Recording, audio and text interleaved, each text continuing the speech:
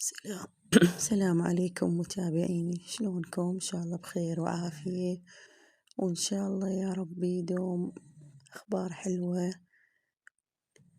فرحنا البارحة هواي بالفوز المنتخب والحمد لله والشكر، الله ما قصر. اليوم عندي وصفة الكليتي بمواد بسيطة كلش.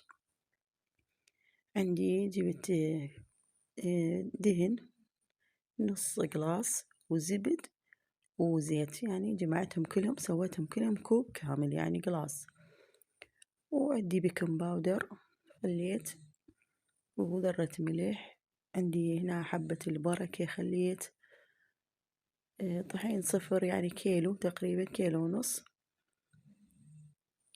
وما خليت لا بيض ولا حليب، لا كل شي ما خليت من هاي الشغلات، مجرد يعني دهن وبيكنج باودر وحبة البركة. سويتهن نصين، نص حلو نص مالح. عندي هنا النص الحلو أول مرة خليته بكوب دهن بس، وبيكنج باودر وشوية قلاص شكر، نص قلاص شكر يعني. بعد ما سويت الدهن ضفت روبة همينة نص قلاص، وعجنته عجن زين حتى شنو يتلابس المواد وتصير العجينة زينة. عندي هنا المالح خليت وياه طحين مال حمص، هذا مال حصة يعني تطحنونه، تقدرون تطحنونه وتخلوه وياه حتى يصير شلون المقرمش، شلون الكعك يعني يصير هالشكل. خليت مقدار تقريبا نص كوب ويا الطحين يعني اللي خليته، تقريبا 4 قلاصات خليت طحين ونص كوب مال طحين الحمص. هنا بعد ما شكلت العجينة قمت أحشي بيها.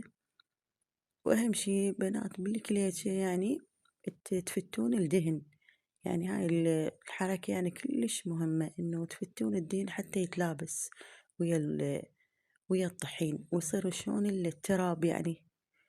هاي يعني عندكم هاي طريقة ناجحة كلش مال الكليتشة، راح تصير هشة وطرية.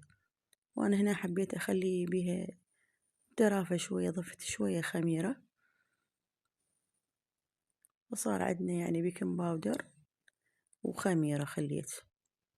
طبعا راح أكتب لكم المقادير بصندوق الوصف حتى ما تدوخون، لأنه ما أعطيتكم إياها بشكل مضبوط هسه بالفيديو. حشيتها مبروش، عندكم حلقوم جوز اللي موجود تعشوه. وهذا عندي الخفيفي المالح ما حشيته شي يعني، رته أنا مالح يعني للشاي. هاي هنا شوفوا، هاي طلع عندي محمص وما أخذ من وقتي يعني تقريبا دقيقتين واستوى بسرعة. إن شاء الله سامكم العافية، انتظروني فيديوهات جديدة. لا تنسون اللايك والاشتراك، وكلش سعيدة بوجودكم وياي واشتراكاتكم.